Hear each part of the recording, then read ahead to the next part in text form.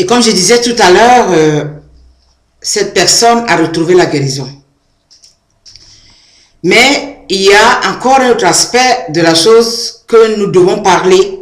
Ici, on nous dit, dans cette ville, il y avait près de la porte des brebis une piscine avec 5 galeries à colonnes. On appelait les colonnes hébreux. En hébreu, on appelait Bethesda. Dans cette galerie, beaucoup de malades étaient couchés, des aveugles, des boiteux, des paralysés. Ils attendaient que l'eau puisse bouillonner et l'ange descendait du ciel. Et quand l'ange descend du ciel, qui descend dans la piscine, l'eau bouillonne. La première personne qui tombe dans la piscine a la guérison. Et voilà que Jésus passait au milieu de toutes ces personnes-là. Il a constaté quelqu'un. On dit là, il y avait là un homme malade depuis 38 ans. 38 ans. Et quand Jésus a vu coucher, ici qu'il était malade depuis longtemps, il lui demanda, veux-tu être guéri? Le malade lui répondit, maître, je n'ai personne pour me mettre dans la piscine quand l'eau est agitée. Pendant que j'essaie d'y aller, il y a un autre qui descend avant moi. Comme au départ, je dis, la foi de la famille, peut-être biologique ou chrétien, a aidé cet homme-là à retrouver la guérison. Mais il y a un autre aspect de la chose, nous sommes des êtres humains. Dans nos familles, dans nos familles chrétiennes, dans nos communautés, il y a la méchanceté qui sévit. Souvent, on abandonne la personne dans son propre sort. On dit, ah, on ne peut pas, d'autres disent dans la famille biologique, on ne peut pas prendre soin, parce qu'il y a ci, parce qu'il y a tel problème de famille, parce qu'il y a ceci, parce qu'il y a cela. Personne ne s'approche de cette personne malade. Et comme je dis, si cette personne-là a déjà les biens, on calcule déjà au moment où il va mourir pour prendre ses biens. Là, les biens, là, il n'y a pas de problème. Hein. Dans la famille chrétienne, oh, il y a des gens qui sont tellement individuels, ils viennent toujours prier, mais ils ne veulent pas que le problème de l'autre l'affecte. Alors, même quand on leur dit, mais il y a votre frère ou bien votre soeur, vous ne le voyez pas à l'église, voilà, peut-être il est malade, il faut qu'on lui rende visite. À cause de la méchanceté, souvent on abandonne la personne malade. On abandonne la personne dans sa souffrance. Voilà qu'ici, Jésus veut nous montrer l'autre aspect de la chose. Il dit, c'est lui qui est la guérison. Cette personne-là dit, je n'ai personne pour me mettre dans la piscine. Quand la piscine bouillonne, je n'ai personne. Alors Jésus lui dit, lève-toi, prends ta nappe et rentre chez toi. À côté de cette piscine-là, Jésus a regardé, il y avait plein de malades. Mais pourquoi Jésus est parti vers cet homme-là? Déjà 38 ans, la maladie a épuisé la personne. Cette personne n'avait plus d'espoir. Il est venu quand même là à côté de la piscine, il dit, peut-être que je peux avoir cette fois-ci, vraiment peut-être la chance de pouvoir trouver la guérison. Donc il y avait le désir déjà qui était dans le cœur de cette personne-là. Je vais guérir. La personne ne voulait pas se laisser mourir parce que 38 ans, il devait rester chez lui. En disant, j'ai essayé pendant 38 ans, je n'ai pas trouvé la guérison. Ce n'est pas là en allant dans la piscine que je vais être guéri. Mais il a dit, je m'en vais quand même. Dieu regarde souvent nos cœurs. Hein? Quand nous fléchissons, même quand dans le secret de notre cœur, nous crions. Même quand on nous abandonne, Dieu, lui, il est toujours présent. Alors ce jour-là, il a poussé cette personne-là à aller vers la piscine.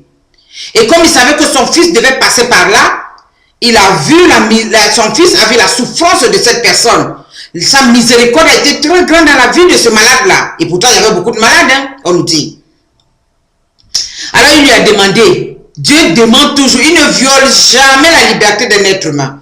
C'est pour cela, nous qui allons souvent prier pour les malades, on pose toujours la question, est-ce que tu es sûr, est-ce que tu veux accepter Jésus comme Seigneur et Sauveur dans ta vie? Est-ce que tu es sûr que Jésus peut te guérir? Est-ce que tu peux croire que tu peux recevoir cette guérison? Il faut toujours poser la question. Parce que Dieu qui est là, il connaît ce que c'est que l'homme, mais il ne veut pas violer sa liberté. Il veut toujours que la personne soit coopérative dans dans ce qu'il est en train de vivre. Il veut que cette personne soit associée dans ce qu'il veut lui faire voir, dans ce qu'il veut lui faire vivre. Alors il dit à cette personne, est-ce que tu es sûr que, on pose toujours la question, que Jésus peut te guérir? Quand la personne a dit oui, est-ce que tu peux accepter Jésus comme Seigneur et Sauveur dans ta vie? Cette personne dit oui. Moi, j'ai vu des personnes, même des musulmans. Hein. Moi, je suis parti prier, je prie pour tout le monde. Cette personne-là, il est musulman, mais je suis venu à l'hôpital. En ce temps-là, je m'occupais des malades en Afrique. Je partais prier tous les jeudis pour les malades dans une très grande hôpital de l'Afrique. Alors, arrivé dans la grande salle, il y avait des gens, les malades qui étaient là. Ce monsieur musulman qui était au fond, toute seule. En partant, il me dit, madame, est-ce que vous pouvez pas aussi prier pour moi? Ah, j'ai vu qu'il avait son Coran à côté, je respecte.